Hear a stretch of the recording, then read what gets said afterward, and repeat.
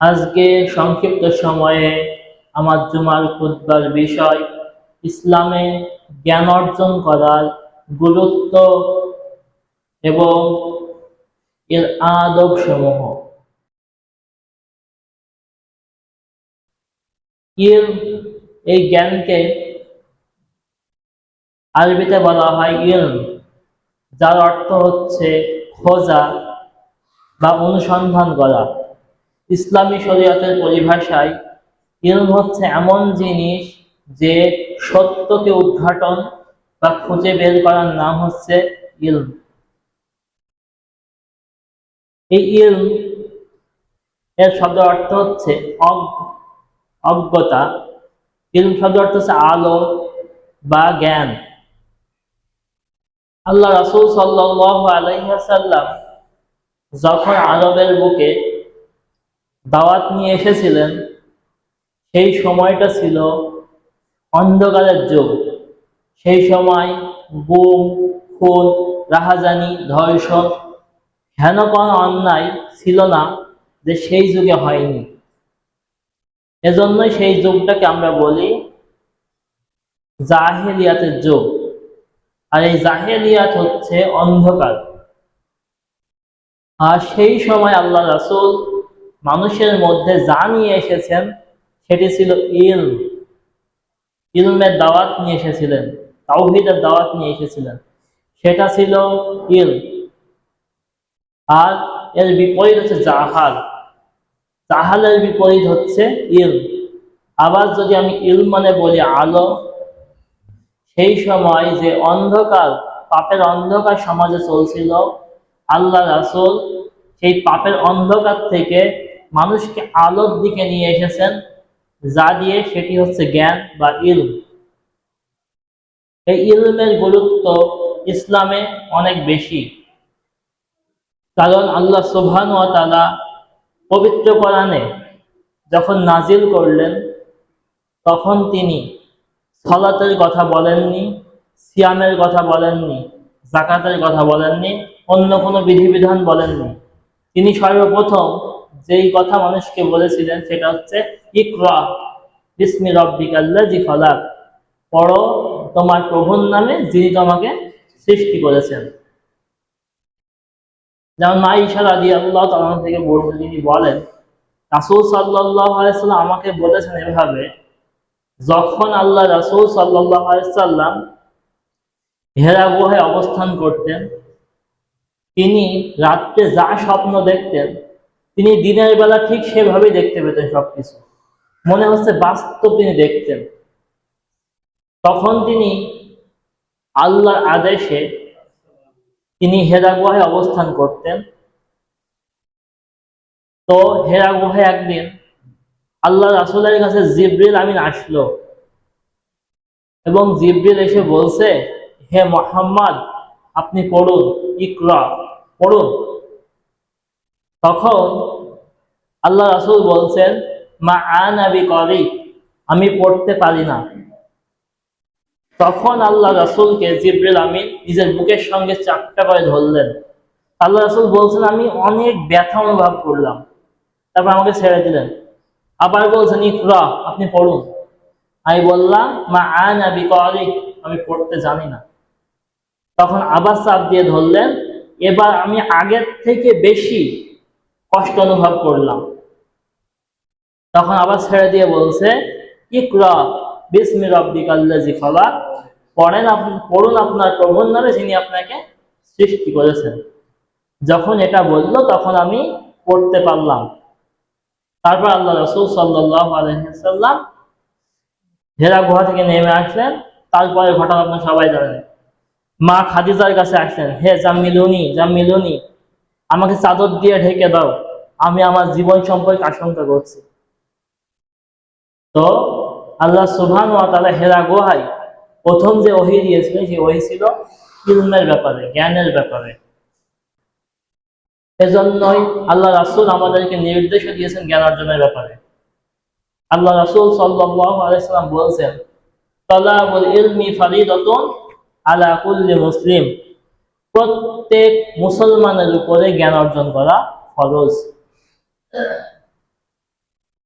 ইলমের ব্যাপারে হাদিসের মধ্যে আরো এসেছে, হুযায়ফা ইবনে ইয়ামান রাদিয়াল্লাহু তাআলা থেকে তিনি বলেন, রাসূল সাল্লাল্লাহু আলাইহি ওয়াসাল্লাম বলছেন, ফাদলুল ইলমি খায়রু মিন ফাদলিল ইবাদাতি, ইলমের ফজিলত হচ্ছে ইবাদতের ফজিলতের থেকে বেশি। এটা আবার কেমন কথা যে ইলমের ফজিলত ইবাদতের থেকে বেশি? এটা কেমন একটা লাগছে না আপনাদের কাছে, যে ইবাদতের ফজিলত বেশি হওয়ার কথা, কিন্তু আল্লাহ রাসূল বলছেন ইলমের ফজিলত বেশি। আপনার ফরজ ইবাদত, সালাত, সিয়াম, টাকা থাকলে যাকাত, হজ, এই ফরজ বিধানগুলো পালন করার পরে সব থেকে দামি ইবাদত হচ্ছে জ্ঞান অর্জন করা।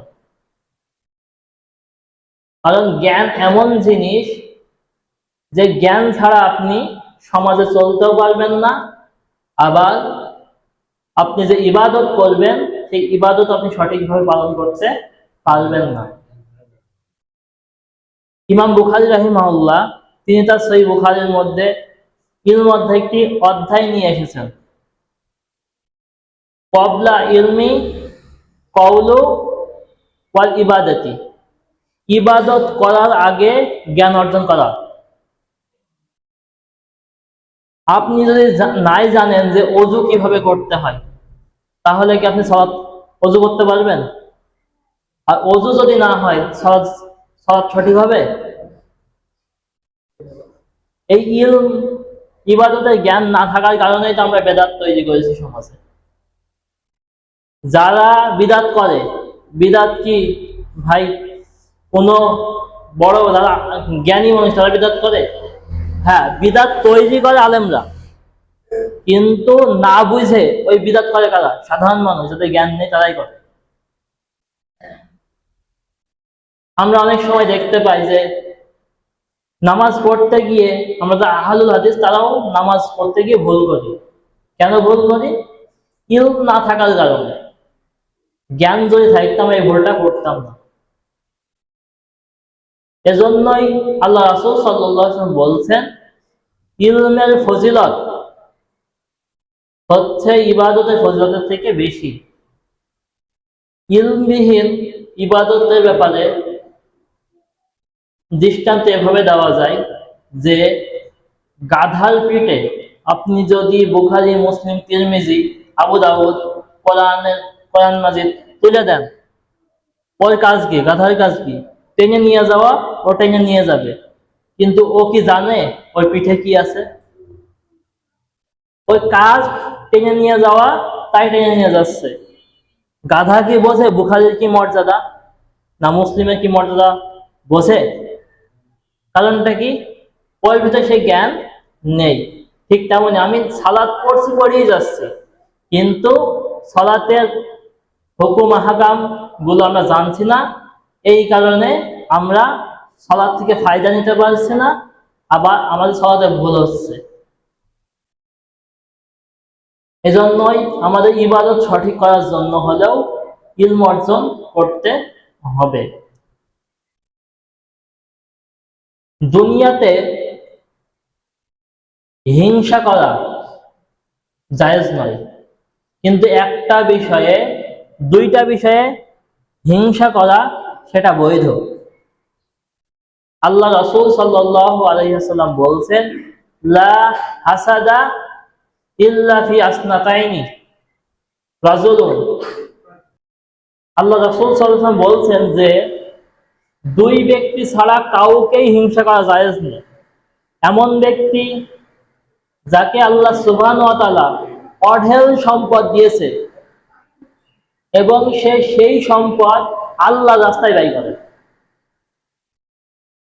দুই নাম্বার ব্যক্তি হচ্ছে ওই ব্যক্তি যেই ব্যক্তিকে আল্লাহ সুবহানাহু ওয়া তাআলা জ্ঞান দিয়েছে এবং সে জ্ঞান দ্বারা মানুষের মাঝে দাওয়াত দেয়, মানুষের মাঝে সঠিক বিচার করে। এটা হিংসা করার বিষয়। আপনার মনে হতে পারে আল্লাহ যদি ওই ব্যক্তির মতো জ্ঞান আমাকে দিত, তাহলে আমিও তো ওই ব্যক্তির মতো ইলম দিয়ে যে খেদমত করা সেটা করতাম। কারণ আমাদেরই মনে হয় যে অমুক আলেম এত বড়, এত কিছু পারে, এত কিছু লিখেছে, আমি যদি ওনার মতো পারতাম আমার মনে হয় উপকার হইতো, এগুলো আমাদের মনে হয়। এটা জায়েজ, এই হিংসাটা জায়েজ।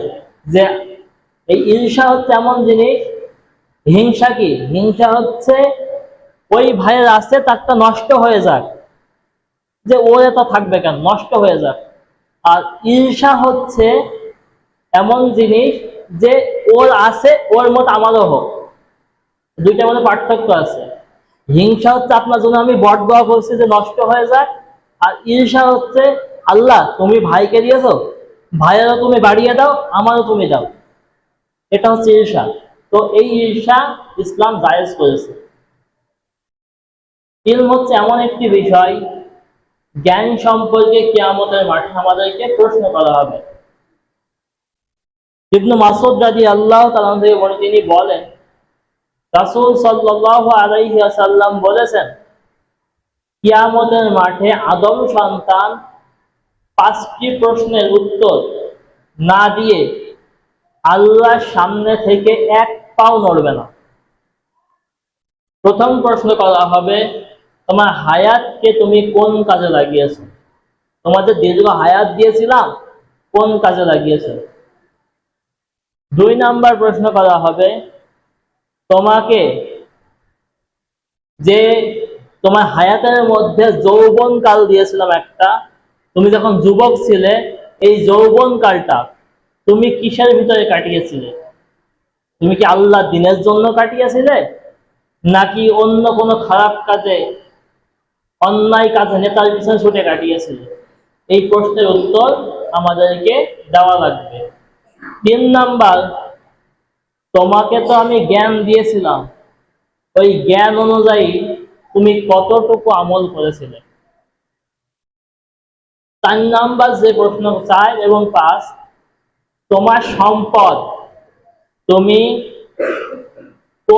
কিভাবে উপার্জন করেছিলে এবং কোন পথে এই অর্থ তুমি ব্যয় করেছিলে? এই 5টি প্রশ্নের উত্তর কিয়ামতের মাঠে আমাদেরকে দেওয়া লাগবে। এই 5টি প্রশ্নের উত্তরের মধ্যে একটি প্রশ্ন হচ্ছে, জ্ঞান তোমাকে দিয়েছিলাম, জ্ঞান অনুযায়ী কি আমল করেছিলে? এখানেও আল্লাহ সুবহানাহু ওয়া তাআলা প্রশ্ন করবেন, জ্ঞানের ব্যাপারে প্রশ্ন করবেন। এই ইলম হচ্ছে পৃথিবীর জীবনে এমন একটি গুরুত্বপূর্ণ বিষয়, এই ইলম আপনার সমস্ত আমল, এই সালাত পড়ছেন না, সালাত যখন আপনি মারা যাবেন তখন এই সালাত আপনার পৃথিবীতে থাকবে, বা সালাতের নেকি থাকবে?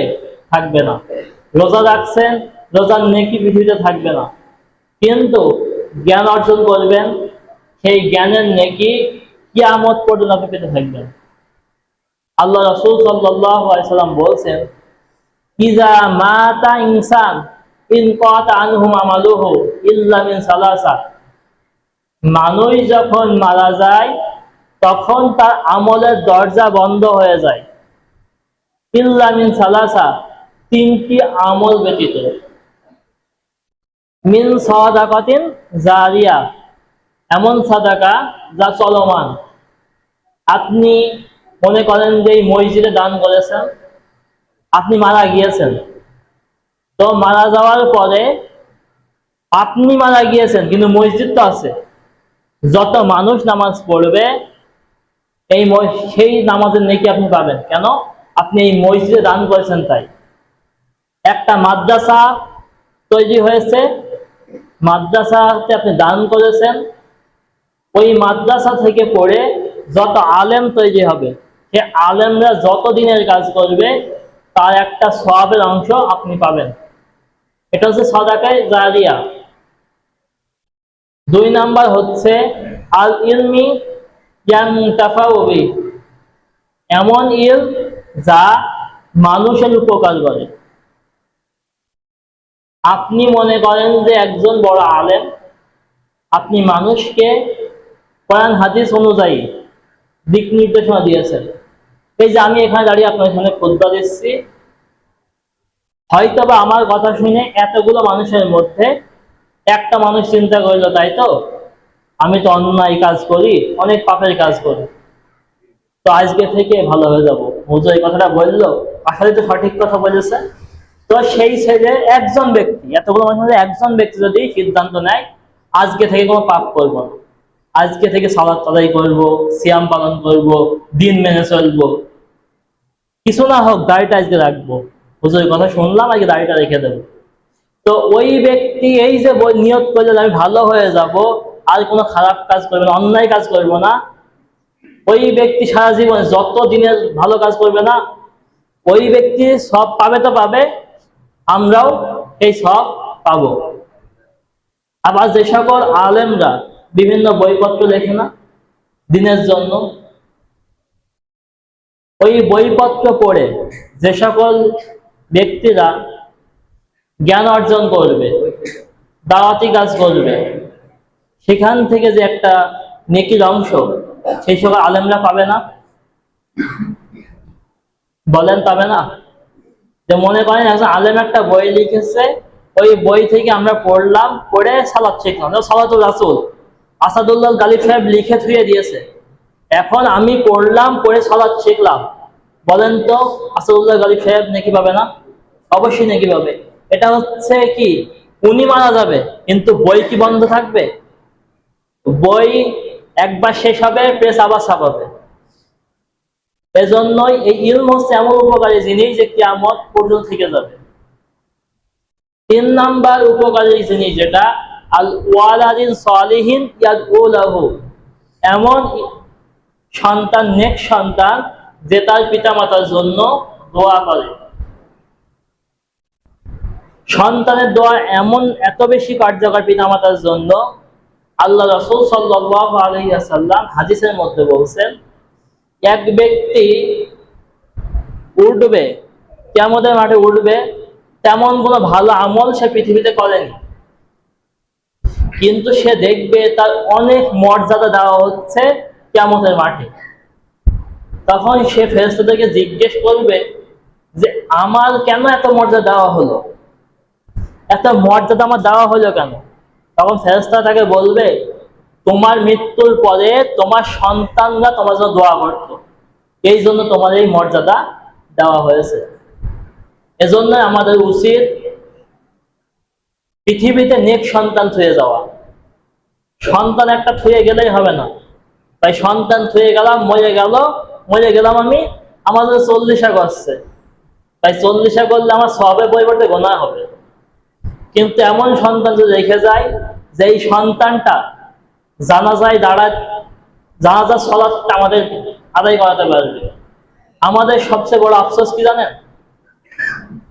আমাদের পিতা মাতারা মারা যায় কিন্তু আমরা নিজেরা জানাজায় দাঁড়াতে পারি না।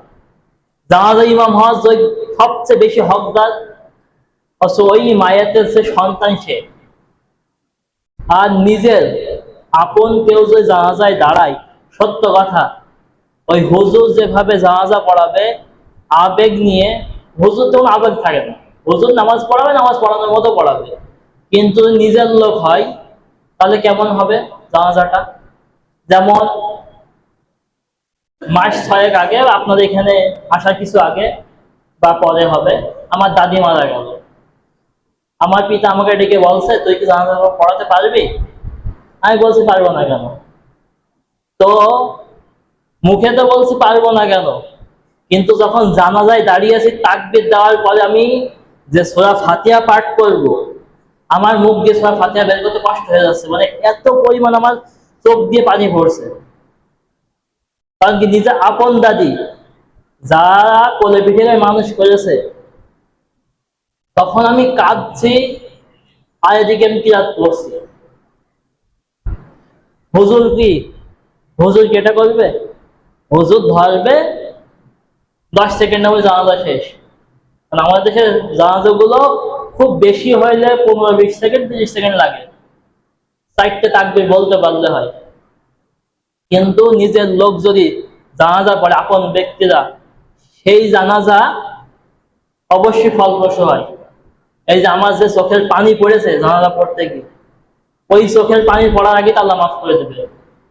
এজন্যই আমরা চেষ্টা করব অন্তত নিজেদের পিতা মাতা আত্মীয় স্বজনদের জানাজা গুলো পড়ার জন্য হলেও আমরা যেন জ্ঞান অর্জন করি, জানাজা বিষয়গুলো নিয়মগুলো শিখে নিই, নিজের জীবন সুন্দর করার জন্য ইলম শিখে নিই।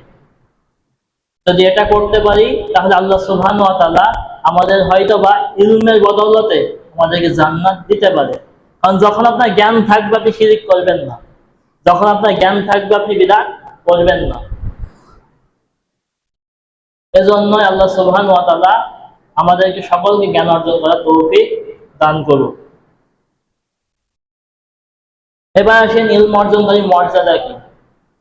আল্লাহ তাআলা বলছেন, ইয়ারফাইল্লাহুল্লাযিনা আমানু মিনকুম ওয়াল্লাযিনা উতুল ইলমা দারাজাত। তোমাদের মধ্যে থেকে যারা ঈমান এনেছে এবং যাদেরকে জ্ঞান দেওয়া হয়েছে, অবশ্যই আল্লাহ তাদেরকে মর্যাদা দিবেন। আল্লাহর কাছে মর্যাদা পাওয়ার একটা বড় বিষয় হচ্ছে জ্ঞান অর্জন করা। আল্লাহ রাসূল সাল্লাল্লাহু আলাইহি ওয়াসাল্লাম বলছেন, আল্লাহ সুবহানাহু ওয়া তাআলা যেই ব্যক্তির ভালো চান আল্লাহ তাকে দ্বীনের জ্ঞান দান করেন। আল্লাহর ভালোবাসা পাওয়ার মাধ্যম হচ্ছে জ্ঞান অর্জন করা। যদি আপনি জ্ঞান অর্জন করতে পারেন, মনে করছেন যে আমি জ্ঞান অর্জন করব, তো আপনি সময় বের করতে পারছেন, আপনি পড়তে পারছেন, একটা বিষয় পড়ছেন, পড়ার পর বুঝতে পারছেন, তার মানে বুঝতে হবে আল্লাহ আপনাকে সাহায্য করছে জ্ঞান অর্জন করতে। এটা আল্লাহর ইচ্ছা। আল্লাহ যাত্রার হাতে এই দায়িত্ব দেবে না। কারণ আল্লাহ রাসূল সাল্লাল্লাহু আলাইহি ওয়াসাল্লাম বলছেন, আল উলামা ওয়ারাসাতুল আম্বিয়া, যে আলেমরা হচ্ছে নবীদের ওয়ারিস। আর নবীরা দিনার দিরহাম টাকা পয়সা পৃথিবীতে ছুঁয়ে যায় না, নবীরা ছুঁয়ে যায় জ্ঞান। আর যে যতটুকু ওই জ্ঞান অর্জন করবে ঠিক সে ততটুকু ওয়ারিস হবে। আবার অন্য একটি আয়াতের মধ্যে আল্লাহ বলছেন যে দুনিয়ার মানুষের মধ্যে যারা আলেম তারা সব থেকে বেশি আল্লাহকে ভয় করে। আলেম হওয়ার শর্ত দুইটি: এক, জ্ঞান থাকতে হবে বিশুদ্ধ; দুই নাম্বার, আল্লাহকে ভয় করতে হবে। অনেকের মধ্যে জ্ঞান আছে কিন্তু কি নেই? আল্লাহর ভয় নেই। অনেকে জানে বিষয়, সবকিছু জানে, কিন্তু দুনিয়ার স্বার্থে সে সঠিক জ্ঞানটা প্রচার করে না। কারণ কি? তার মধ্যে আল্লাহর জ্ঞান নেই, মানে আল্লাহর ভয় নেই। এই কারণেই সে সঠিক বিষয়টা প্রচার করে না, দুনিয়ার স্বার্থ পেয়ে। এরা আলেম নয়। এদের ভিতরে অনেক জ্ঞান থাকতে পারে, হাফেজ হতে পারে, কারি হতে পারে, মুফাসসির হতে পারে, কিন্তু আল্লাহর ভয় না থাকার কারণে এরা আলেম নয়। কারণ এরা দিনের ব্যাপারে দিনকে বিক্রি করে দুনিয়া কামাই করেছে। ও ব্যক্তি জানে যে 40 খাওয়া বা করা এটা জায়েজ নয়, কিন্তু কি 40 গেলে যে দোয়া করলে যে কিছু টাকা দেবে, এজন্য ওই হুজুর যাচ্ছে। এই হুজুরকে আপনি আলেম বলবেন? কিভাবে সম্ভব আলেম বলা থাকে? এজন্য আল্লাহ সুবহানাহু ওয়া তাআলা যতটুকু জ্ঞান অর্জন করবো যেন পাশাপাশি আল্লাহর ভয় অর্জন করতে পারি। কারণ আল্লাহর ভয় যদি থাকে তাহলে আমরা পরকালে মুক্তি পাব এবং আমাদের দুনিয়াও সুন্দর হবে, আখিরাতও সুন্দর হবে। আজ যদি জ্ঞান অর্জন করি শুধুমাত্র দুনিয়ায় কিছু পাওয়া যাবে, যে জ্ঞান অর্জন করছি, পড়াশোনা করছি, কিছু না পারি, ইমামতি করে তো খাইতে পারবো, এই চিন্তা যদি থাকে তাও শেষ। কারণ ইলম অর্জনের যে আদব, প্রথম আদব হচ্ছে আপনার আমলের মধ্যে, ইলম অর্জনের মধ্যে ইখলাস থাকতে হবে। যেমন আল্লাহ সুবহানাহু ওয়া তাআলা বলছেন, ওমা উমিরু ইল্লা লিয়াবদুল্লাহা মুখলিসিনা লাহুদ্দিন, যে তোমাদেরকে এই আদেশ করা হয়েছে তোমরা কেবলমাত্র শুধুমাত্র আল্লাহর ইবাদত করবে খালেস ভাবে, আল্লাহর জন্য খালেস ভাবে ইবাদত করবে। এই বুখারীর মধ্যে আল্লাহ রাসূল সাল্লাল্লাহু আলাইহি ওয়াসাল্লাম বলছেন ইন্নামাল আমালু বিন্নিয়াত, যে প্রত্যেকটি আমল নির্ভর করে মানুষের নিয়তের উপরে। ইন্নামা ইমরিন মা নাওয়া, এবং মানুষ সেটাই পাবে যা সে অন্তর থেকে চায়। তার অন্তরের মধ্যে কি আছে এই খবর কে জানে? আল্লাহ ছাড়া কেউ জানে না। আল্লাহ রাসূল বলছেন, আল্লাহ মানুষের বাহ্যিক যে আমল করে এই আমলের দিকে আল্লাহ তাকান না। তার ধন সম্পদ কত আছে এটা আল্লাহ দেখেন না। আল্লাহ দেখে সে যে আমলটা করছে সেই আমলটা কি আল্লাহর জন্য হচ্ছে, এই অন্তরটা, অন্তরে তা কি বলছে। আপনি সালাত পড়ছেন, আপনার অন্তরের মধ্যে কি আছে এটা আল্লাহ দেখে। এজন্যই আমরা চেষ্টা করব সব সময় যতটুকুই কাজ করি উদ্দেশ্য হবে একটা, আল্লাহ খুশি করব। সালাত পড়ছি আল্লাহ খুশির জন্য, সিয়াম রাখছি আল্লাহ খুশির জন্য, দিন পালন করছি খুশির জন্য, একটা মানুষকে দান করছি আল্লাহ খুশির জন্য। আর যদি আমরা আল্লাহ খুশির জন্য না কাজ করতে পারি তাহলে কি হবে? সহিহ মুসলিমে একটা হাদিস আপনারা সবাই জানেন, 3 ব্যক্তি জাহান্নামে যাবে। কারণটা কি? তার মধ্যে আল্লাহ যে খুশি করার যে বিষয় সেটা ছিল না। কিয়ামতের মাঠে আল্লাহ সুবহানাহু ওয়া তাআলার সামনে 3 জন ব্যক্তিকে আনা হবে। তার মানে একজন ব্যক্তি হচ্ছে আলেম। আলেমকে জিজ্ঞেস করা হবে, আমি তো তোমাকে জ্ঞান দিয়েছিলাম, তুমি এই জ্ঞান দিয়ে কি করেছিলে? তখন আলেম বলবে, আল্লাহ আমি তোমার জন্য মানুষকে জ্ঞান শিখিয়েছি এবং যত ভালো কাজ করা যায় ইলমের দ্বারা আমি সব করেছি। তখন আল্লাহর পক্ষ থেকে বলা হবে, কাযাবতা, তুমি মিথ্যা কথা বলছো, তুমি এই জন্য করেছিলে এই কাজ যেন মানুষরা তোমাকে আলেম বলবে, বড় আল্লামা বলবে। আছে না অনেকে আছে যে শুধু কণ্ঠস্বর ভালো, কণ্ঠস্বর দিয়ে ওয়াজ করে যায়, একটা সঠিক কথা বলেই না, আউ ফাউ কথা বলে কানে হাত দিয়ে কেন্নে কেটে চলে যায়, মানুষ মনে করে ও কি বড় আলেম। আবার তাকে দাওয়াত দেওয়ার সময় বলবে যে আমি তো ভাই 70-75 নি, তা আপনারা 50 দিয়েন। আবার 50টা নেবে কি করে, স্টেজে ওঠার আগে টাকা পরিশোধ, 50,000 টাকা কন্ট্রাক্ট, 20,000 টাকা অ্যাডভান্স, আবার বাকি 30,000 টাকা স্টেজে ওঠার আগে। স্টেজে ওঠার আগে যদি টাকা পরিশোধ না করে স্টেজে উঠবে না, মাইকে কথাও বলবে না। 50,000 60,000 টাকার জন্য তুমি দিনের কথা বলবা না। তুমি আসছে আল্লাহর জন্য কাজ করেছো, আল্লাহ জানে না? আল্লাহ তো জানে কি জন্য কাজ করেছে। আল্লাহ বলবে, কাযাবতা, তুমি মিথ্যা বলছো, যাও। তাকে টানতে টানতে জাহান্নামে নিয়ে যাওয়া হবে। 2 নাম্বার ব্যক্তি সে হচ্ছে শহীদ। তাকে জিজ্ঞেস করা হবে, তুমি কি করেছিলে? বলবে, আল্লাহ তুমি আমাকে যে শক্তি দিয়েছিলে আমি তোমার দিনের পথে সব সময় কাজ করতাম, এমনকি একটা পর্যায়ে গিয়ে আমি আমার জীবনটাও দিয়ে দিয়েছি। আল্লাহ বলবে, কাযাবতা, তুমি মিথ্যা বলছো, তুমি এই জন্য করেছিলে যে লোকেরা তোমাকে শহীদ বলবে, লোকেরা তোমাকে শহীদ বলবে, বীর বলবে, এজন্য তুমি করেছিলে। লোকেরা তোমাকে শহীদ বলেছে, তো আজ আমার কাছে তোমার কোনো পাওনা নেই, তো তাকে টানতে টানতে জাহান্নামে নিয়ে যাওয়া হবে। তারপরে 3 নাম্বার ব্যক্তি, সে দানশীল। তাকে বলা হবে, তুমি কি করেছো? বলবে, আল্লাহ তোমার খুশি করার যত রাস্তা আছে সব জায়গায় দান করি, মসজিদে দান করেছি, মাদ্রাসায় দান করেছি, সব জায়গায় দান করেছি। তখন বলবে, কাযাবতা, তুমি মিথ্যা বলছো, তুমি তো এই জন্যই দিয়েছিলে যে লোকে তোমাকে বড় দান দিয়ে বলবে, অমুক জন এত টাকা দান করে, অত টাকা দান করে, অত টাকার মালিক, খুব ভালো মানুষ, এত টাকা দান করে। তো কাযাবতা, তুমি মিথ্যা বলছো, তাকেও টানতে টানতে জাহান্নামে নিয়ে যাওয়া হবে। আল্লাহ সুবহানাহু ওয়া তাআলা আমাদের ইলম অর্জন করার তৌফিক দিক, কিন্তু আমাদের ইলমটা যেন শুধুমাত্র আল্লাহ সন্তুষ্টির জন্য আমরা অর্জন করতে পারি, এই তৌফিক আল্লাহ দান করুক।